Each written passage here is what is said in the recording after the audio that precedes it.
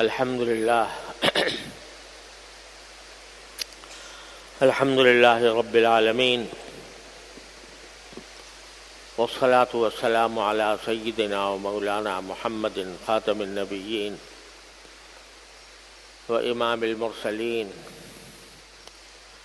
وعلى آله وأصحابه أجمعين وعلى كل من تبعهم بإحسان إلى يوم الدين. اما بعد،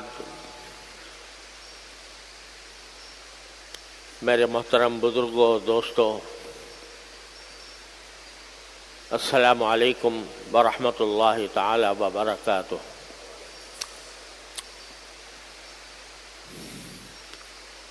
حضور نبی کریم سرور دو عالم صلی اللہ علیہ وسلم کی ایک حدیث کا بیان میں نے کئی جمعوں سے شروع کیا ہوا ہے، جس میں رسول کریم سرور دو عالم صلی اللہ علیہ وسلم کا یہ ارشاد مروی ہے کہ آپ نے فرمایا کہ آدم کا بیٹا یعنی مسلمان انسان، کوئی بھی انسان جو آدم علیہ السلام کا بیٹا ہے، حشر کے موقع پر قیامت کے دن اس کے قدم آگے نہیں بڑھ سکیں گے جب تک کہ اس سے 4 باتوں کا سوال نہ کیا جائے۔ انہی 4 سوالات کے جواب کے لیے ہمیں یہ زندگی فراہم کی گئی ہے اللہ تعالیٰ کی طرف سے۔ ان میں سے پہلا سوال یہ کہ ہم نے تمہیں عمر دی تھی، زندگی دی تھی، جتنی بھی انسان کی عمر ہوئی ہو وہ تم نے کس چیز میں کھپائی، کہاں اس کو خرچ کیا۔ زندگی کا ایک ایک لمحہ انتہائی قیمتی ہے اور اس کو صحیح استعمال کرنے کے لیے تم نے کیا کام کیا، یہ سوال ہوگا۔ ایسے ہی عمر ضائع کر دی غفلت میں، خواہشات کی پیروی میں، یا تم نے وہ عمر اللہ تبارک و تعالیٰ کے دیے ہوئے احکام کے مطابق صرف کی، یہ سوال ہو۔ اور دوسرا سوال یہ کہ ہم نے تمہیں جوانی دی تھی، اس جوانی کو تم نے کس طرح پرانا کیا، یعنی کس طرح تم اس کے بعد بڑھاپے میں داخل ہوئے۔ جوانی جو ہے یہ انسان کی زندگی کا سب سے طاقتور زمانہ ہوتا ہے، جس میں انسان کی بڑھوتری ہوتی رہتی ہے، جس میں اس کے قوا کامل ہوتے ہیں، طاقت اس کو حاصل ہوتی ہے، بڑی سے بڑی مہم سر کرنے کا جذبہ بھی پیدا ہوتا ہے۔ اس کو تم نے کس کام میں خرچ کیا؟ اگر صحیح کام میں خرچ کیا تو انشاءاللہ تمہارے لیے اللہ تبارک و تعالیٰ کی طرف سے عرش کا سایہ ہوگا۔ شاب نشأ فی عبادت اللہ، وہ نوجوان جو اللہ کی عبادت میں پلا بڑھا ہو، یعنی شروع ہی سے اس کو اللہ تبارک و تعالیٰ کی بندگی کا، عبادت کا ذوق ہو، وہ ان 7 لوگوں میں سے ہے جن کو اللہ تبارک و تعالیٰ اپنے عرش کے سائے میں رکھیں گے اس دن، جبکہ سوائے اللہ تعالیٰ کے عرش کے کوئی اور سایہ نہیں ہوگا، یعنی محشر میں۔ اگر صحیح خرچ کیا تو یہ انجام ہوگا، اور غلط خرچ کیا تو پھر اللہ بچائے جہنم ہے، دوزخ ہے، اس کے عذاب ہیں، اس کی سختیاں ہیں، اس کی تکلیفیں ہیں۔ تیسرا سوال یہ ہوگا کہ تم نے جو مال دنیا میں کمایا وہ کس طرح کمایا اور کہاں خرچ کیا. مال کے بارے میں دونوں سوال ہیں. کمایا کہاں سے اور خرچ کہاں کیا. حلال طریقے سے کمایا, جائز طریقے سے کمایا, اور پھر اس کو مناسب طریقے سے خرچ کیا تو امتحان میں کامیاب ہو گئے. اللہ تعالیٰ انشاءاللہ جنت عطا فرمائے. ان تین سوالات کا تھوڑا سا بیان میں نے پچھلے جمعوں میں کیا ہے. اللہ تعالیٰ ہمیں ان کا صحیح جواب تیار کرنے کی توفیق عطا فرمائے. چوتھا سوال جو میدان حشر میں ہم سے کیا جائے گا کہ ہم نے تمہیں علم دیا تھا, اس علم سے تم نے کیا فائدہ اٹھایا, اس علم سے تم نے کتنا فائدہ اٹھایا.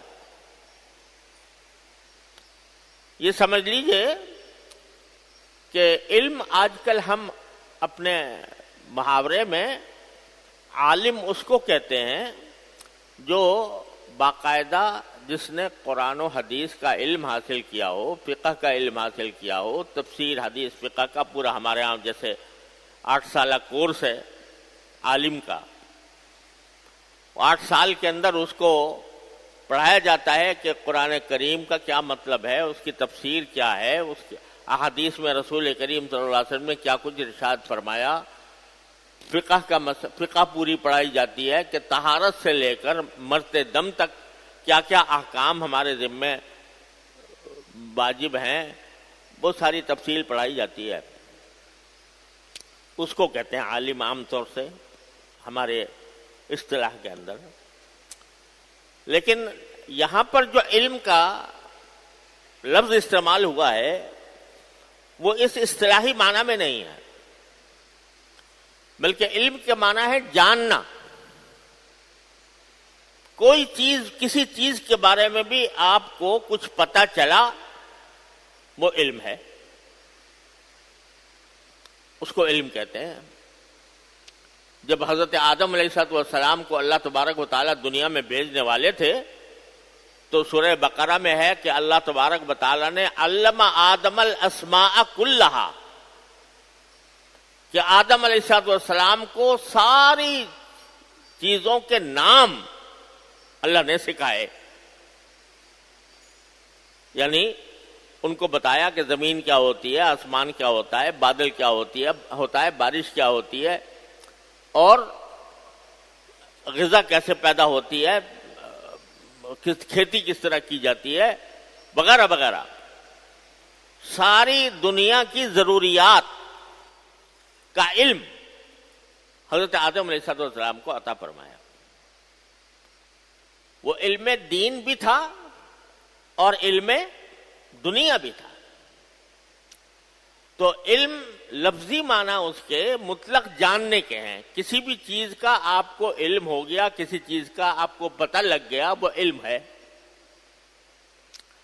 تو یہاں اللہ تبارک و تعالیٰ جو سوال فرمائیں گے آخرت کے دن وہ یہ ہوگا کہ تمہیں جن جن چیزوں کا علم تھا اس سے تمہیں ان چیزوں سے تم نے کیا فائدہ اٹھایا.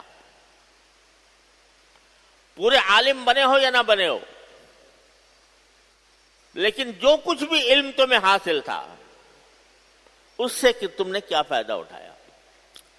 دیکھیں دین کے معاملے میں بھی اللہ تبارک و تعالیٰ نے یہ ترتیب رکھی ہے کہ پورا علم جس کو عالم دین کہتے ہیں, وہ 8 سالہ کورس جو ہمارے ہاں ہوتا ہے عالم دین بننے کا,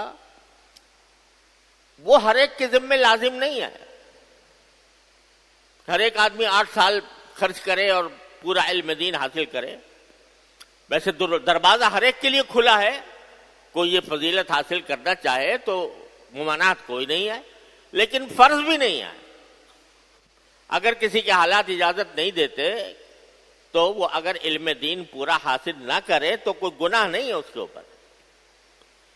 لیکن ایک علم وہ ہے جس کا حاصل کرنا ہر مسلمان کے ذمے فرض عین ہے،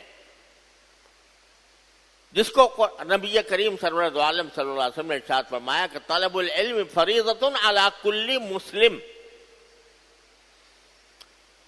علم طلب کرنا ہر مسلمان کے ذمے فرض ہے. اس سے مراد یہ 8 سالہ علم نہیں ہے، بلکہ اس سے مراد یہ ہے کہ جتنا تمہیں ایک مسلمان کی زندگی گزارنے کے لیے جتنی معلومات چاہیے وہ حاصل کرنا تمہارے ذمہ فرض ہے. مثلا یہ فرض ہے کہ نماز کیسے پڑھی جاتی ہے، یہ فرض ہے کہ روزہ کیسے رکھا جاتا ہے، یہ فرض ہے معلوم کرو کہ زکوٰۃ کب واجب ہوتی ہے اور کتنی واجب ہوتی ہے اور کس کو دی جاتی ہے، یہ فرض ہے. یہ معلوم کرو کہ حج کس کے ذمہ فرض ہوتا ہے اور کس طرح وہ حج کیا جاتا ہے، یہ معلوم کرنا ضروری ہے. یہ معلوم کرنا ضروری ہے کہ اگر تم تاجر ہو تو تجارت میں کون سی خرید و فروخت حلال ہے، کون سی حرام ہے، یہ معلوم کرنا ضروری ہے. کوئی ملازم ہے تو اس کے ذمہ یہ معلوم کرنا ضروری ہے کہ ملازمت کے شرعی احکام کیا ہیں.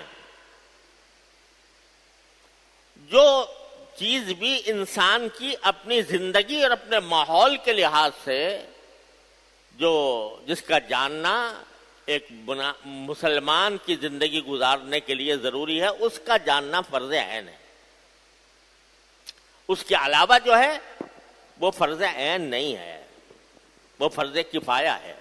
یعنی اگر کچھ لوگ بھی عالم، باقاعدہ عالم بن جائیں جو اپنے ماحول کی رہنمائی کر سکیں تو سب کی طرف سے وہ فریضہ ادا ہو جاتا ہے. لیکن جو فرض عین ہے یہ معلوم کرنا، تو اس کا علم حاصل کرنا تو ہر ایک انسان کے ذمہ ضروری ہے. جھوٹ حرام ہے، رشوت حرام ہے، دھوکہ دینا حرام ہے، غیبت حرام ہے، کسی پر بہتان لگانا حرام ہے، بلا وجہ گالیاں دینا حرام ہے. یہ ساری باتیں تو مسلمان کو معلوم ہونی چاہیے اور ہوتی ہیں الحمدللہ.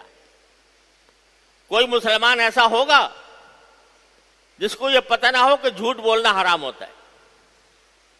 کوئی مسلمان تو چھوڑو، کافر بھی جھوٹ کو پسند نہیں کرتے ہیں. ان کے نزدیک بھی ایک برائی کی بات ہے جھوٹ بولنا.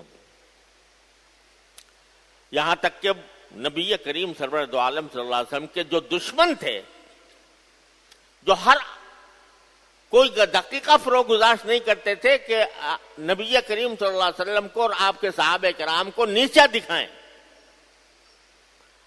وہ بھی جھوٹ نہیں بولتے تھے.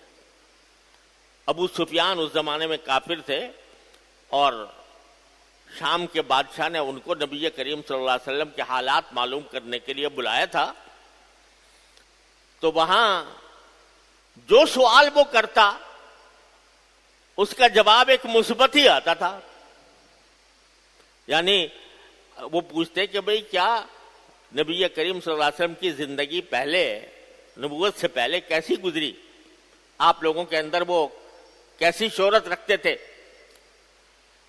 تو اگر جھوٹ بولنا چاہتے تو کہہ سکتے تھے کہ جی ان کی شہرت اچھی نہیں تھی ہمارے ماحول کے اندر، لیکن نہیں کہا کہ ان کی شہرت اچھی تھی. انہوں نے کہا کبھی وہ دھوکہ دیتے تھے، کہا کہ نہیں دیتے تھے. کہا کہ کبھی جھوٹ بولتے تھے، کہا نہیں بولتے تھے.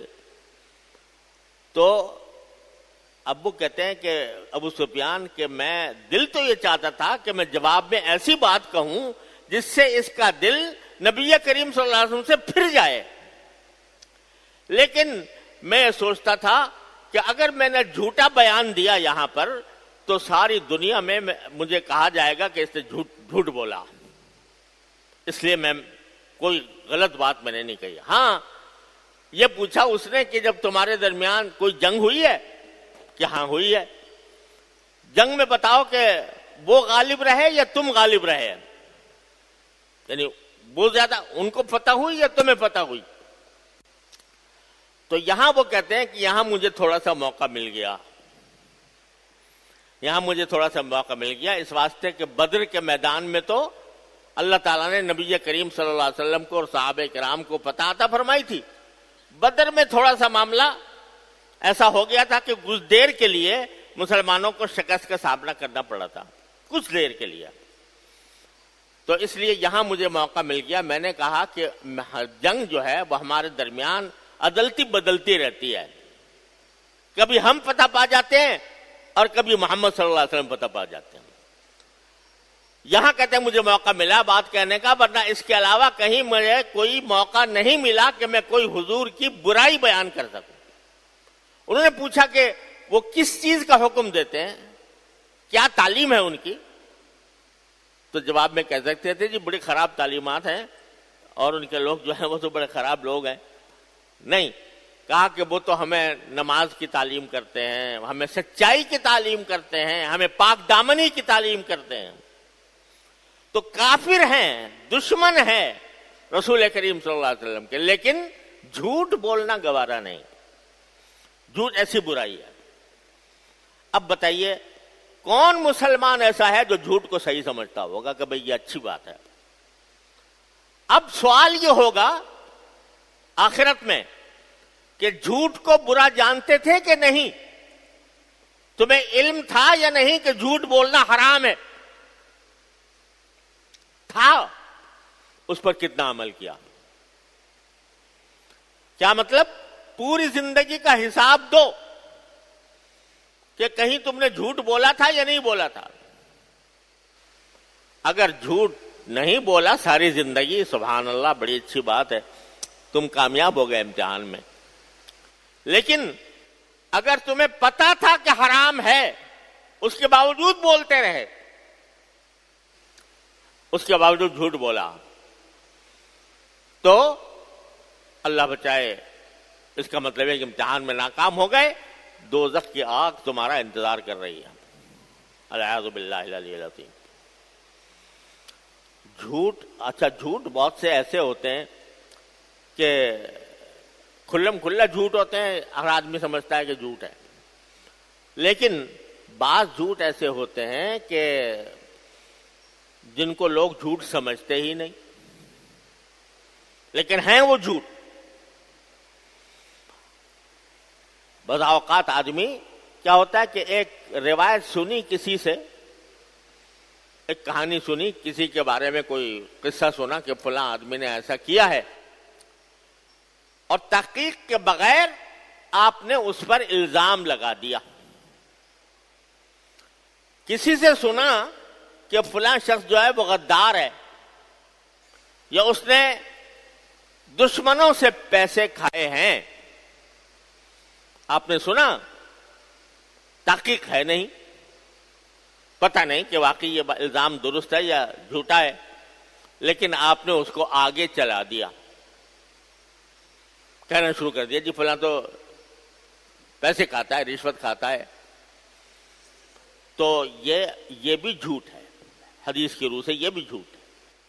جب تک تحقیق نہ ہو اس وقت تک کسی پر الزام لگانا یہ جھوٹ ہے. اور اس کو نبی کریم صلی اللہ علیہ وسلم نے فرمایا کفا بالبر کذبا ان یحدث بکل ما سمع. انسان کے جھوٹا ہونے کے لیے یہ بات کافی ہے کہ جو بات بھی وہ سنے وہ آگے بیان کرنا شروع کر دے بغیر تحقیق کے. یہ جھوٹ ہے. تو سوال یہ ہوگا کہ بھئی جھوٹ کے حرام ہونے کا تمہیں علم تھا؟ اگر علم تھا تو اس پر کتنا عمل کیا تم نے اپنے. اور آج کل اللہ بچائے، اللہ تعالیٰ ہماری حفاظت فرمائے، ہم لوگوں کا حال یہ ہو گیا ہے کہ سچ اور جھوٹ میں تمیز ہی نہیں رہی. اور جھوٹ بولنا اس طرح ہو گیا جیسے ماں کا دودھ پینا، الیاذ باللہ. اور خاص طور سے جو آج کل میڈیا کا زمانہ ہے، اس میڈیا نے، اور خاص طور سے جو سوشل میڈیا آ گیا ہے، اس میں جھوٹ کے پلندے نشر ہوتے ہیں اور لوگ مزے سے سنتے بھی ہیں اور مزے سے پڑھتے بھی ہیں، اور صرف اتنا ہی نہیں، مزے سے اس کو آگے چلتا کر دیتے ہیں۔ اور اگر کوئی بیچارہ ذرا محتاط آدمی ہو تو وہ جھوٹ سے بچنے کے لیے یہ جملہ بول دیتا ہے کہ بھائی لوگ کہتے ہیں کہ ایسا ہوا، لوگ کہتے ہیں کہ فلاں نے رشوت لی تھی، لوگ کہتے ہیں کہ فلاں نے پیسے کھائے تھے، یعنی اپنے سر سے ذمہ داری اٹھا کر لوگوں پر ڈال دی۔ تو حدیث میں فرمایا کہ یہ داؤ بھی نہیں چلے گا تمہارا، کیونکہ حدیث میں فرمایا کہ جھوٹ کی بدترین سواری یہ ہے کہ لوگ کہتے ہیں، جھوٹ کی بدترین سواری یہ ہے کہ لوگ کہتے ہیں، یعنی لوگ کہتے ہیں کا جملہ اس لیے بولا جاتا ہے تاکہ میرے اوپر جھوٹ کا الزام نہ آئے۔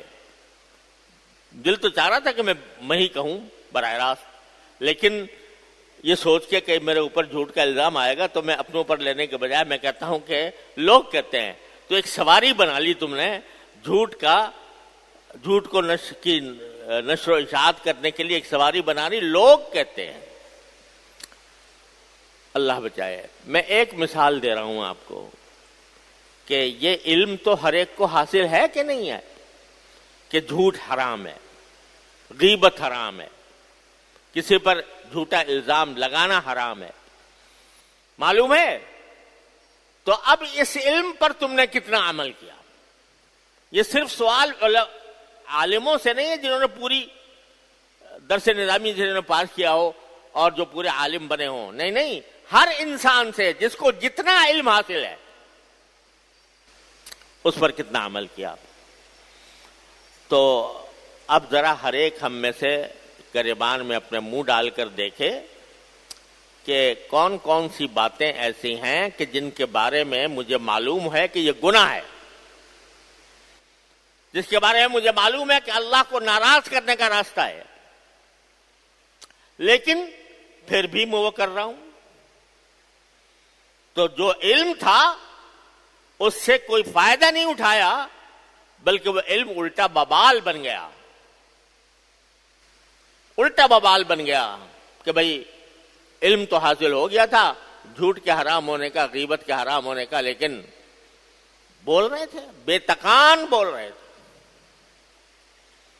اور ذرا سی کوئی دنیاوی منفعت حاصل کرنی ہو تو جھوٹ بولنے میں کوئی ادنا باک بھی نہیں۔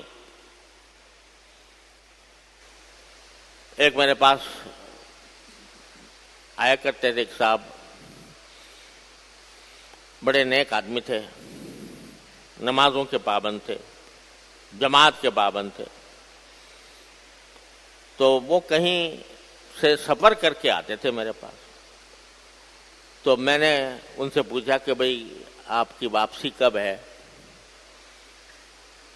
تو انہوں نے کہا جی پہلے تو میرا ارادہ جمعہ کو جانے کا تھا، مگر پھر دوستوں نے کہا کہ کچھ دن اور ٹھہر جاؤ، تو اس واسطے میں نے میڈیکل سرٹیفکیٹ بھجوا دیا ہے اور چھٹی مزید لے لی ہے۔ میں نے کہا کاہے کا میڈیکل سرٹیفکیٹ؟ کہنے لگے چھٹی لینے کے لیے۔ مطلب یہ کہ دفتر سے چھٹی نہیں مل رہی تھی، نہ ملتی اگر میں جھوٹا میڈیکل سرٹیفکیٹ داخل نہ کرتا، لہذا میں نے کسی ڈاکٹر سے میڈیکل سرٹیفکیٹ حاصل کیا کہ یہ شخص بیمار ہے اور یہ ابھی سفر نہیں کر سکتا، لہذا چند دن کی اس کو مزید چھٹی دی جائے۔ میں نے کہا بھائی آپ نے سوچا کہ یہ کیا کام کیا آپ نے چھٹی لینے کے لیے؟ ماشاءاللہ نماز پڑھتے ہیں، صف اول میں ہوتے ہیں اور اللہ تبارک و تعالیٰ کے فضل و کرم سے دین کی ایک عظمت بھی دل میں ہے، لیکن خیال نہیں، کیا خیال نہیں کہ میں یہ کتنا بڑا گناہ کر رہا ہوں۔ جھوٹا سرٹیفکیٹ اگر لیا تو ایک تو خود جھوٹ بولا، ڈاکٹر سے جھوٹ بلوایا، اور ظاہر ہے ڈاکٹر جو ہے وہ پھر اللہ میاں کی خاطر تو نہیں دے گا نا جھوٹا سرٹیفکیٹ، تو اس کو کچھ نہ کچھ دینا بھی پڑے گا، رشوت کا گناہ الگ۔ اور چونکہ جھوٹ بول کر چھٹی لی گئی، اس واسطے اس دن کی تنخواہ حرام، العیاذ باللہ، اتنے سارے گناہوں کا مجموعہ۔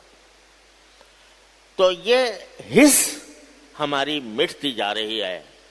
اللہ تعالی ہمارے حالات کی اصلاح فرمائے کہ جتنی باتیں ہمیں معلوم ہیں، کم از کم دین کے بارے میں جتنی باتیں جانتے ہیں ان پر تو عمل کر لیں، کیونکہ آخرت میں پوچھا جائے گا کہ تمہیں کیا علم حاصل تھا اور اس سے تم نے کیا نفع اٹھایا۔ علماء کی تو ذمہ داری اور زیادہ بڑھ جاتی ہے، جو باقاعدہ علم دین جنہوں نے حاصل کیا، بہت سی باتیں جو اوروں کو پتہ نہیں ان کو پتہ ہیں، بہت سی باتیں جو لوگ گناہ نہیں سمجھتے ان کو پتہ ہے کہ گناہ ہے، تو ان کا مواخذہ، ان کی گرفت تو عام لوگوں سے کہیں زیادہ ہوگی کہ تم نے اپنے علم پہ کیا عمل کیا۔ لیکن میں عام آدمی کی بات کر رہا ہوں کہ عام آدمی کو بھی کم از کم جو بنیادی باتیں ہوتی ہیں پتہ ہوتا ہے، اس کے بارے میں سوچے کہ میں کتنا عمل کیا کتنا نہیں کیا، صبح سے لے کر شام تک کی زندگی پر نظر ڈال کے دیکھے کہ کہاں میں دین کی جو معلومات مجھے حاصل ہیں ان دین کی معلومات پر کتنا عمل کر رہا ہوں۔ جس دن ہم نے یہ کام کر لیا، اپنا مراقبہ، اپنا امتحان، خود اپنا جائزہ لینے کی اللہ تعالیٰ عادت ڈال دے تو انشاءاللہ زندگی سنور جائے گی، اور آخرت کے سوالات کا جواب دینے کے لیے ہم تیار ہوں گے۔ اپنے ہر قول و عمل سے پہلے ذرا سا سوچ لیا کرو کہ کوئی ہمیں دیکھ رہا ہے، کوئی ہمارے اعمال کو ریکارڈ کر رہا ہے اور ہمیں اس کا جواب دینا ہوگا۔ اللہ تبارک و تعالیٰ اپنے فضل و کرم سے، اپنی رحمت سے ہم سب کو اس کی توفیق عطا فرمائے۔ وآخر دعوانا الحمدللہ رب العالمین۔